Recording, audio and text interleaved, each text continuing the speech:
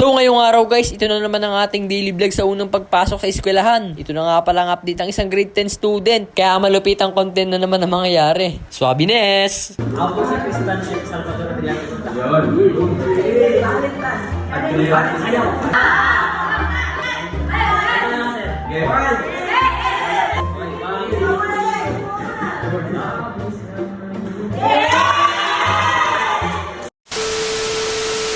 Ay bago nga pala ang lahat ng yan ay sumakay nga muna pala kami ng tricycle na masahe. Kasama ko nga pala nag-commute ang pinsan ko na si Precious. Siya nga pala ay grade 7 at ako naman ay grade 10 student. Ay pagpasok nga pala namin ng gate ay nakahanda na ang flag ceremony. Kaya nag-flag ceremony muna kami dito. Pagkatapos nga pala nun, dali-dali pala kaming pumunta sa aming room. Di na nga pala kailangan hanapin yung ICT room. Dahil isa lang naman ang ICT room ng grade 10. Then after that, pagkatapos naganap na nga ako ng aking maupuan at sabay nag-introduce yourself with talent. Ako po si Tristan Sheikh Salvador Adriano.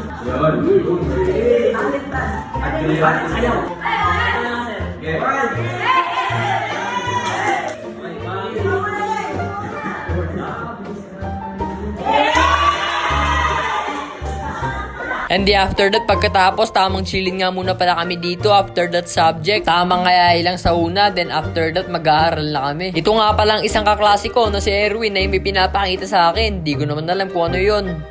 Wait, saan na wait? Asan na yung video na naggugulat sa akin? Then tamang relaxation lang pala ako dito sa gilid with music. Sumama nga pala ako kay Brother Jimwell upang umihi. Kaya ayan, patungo kami sa CR sa grade 7. Ika neighbor? Kung wala ka na pasukan, ang gusot na ito, di man lang akala.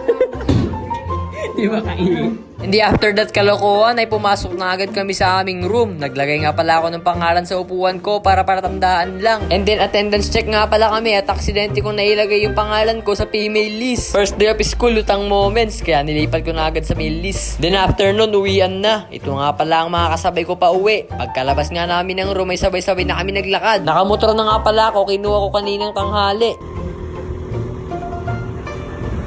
At dito na nga nagtatapos ang ating video. Maraming salamat sa panonood. Like and share for more daily videos. Nako, shish!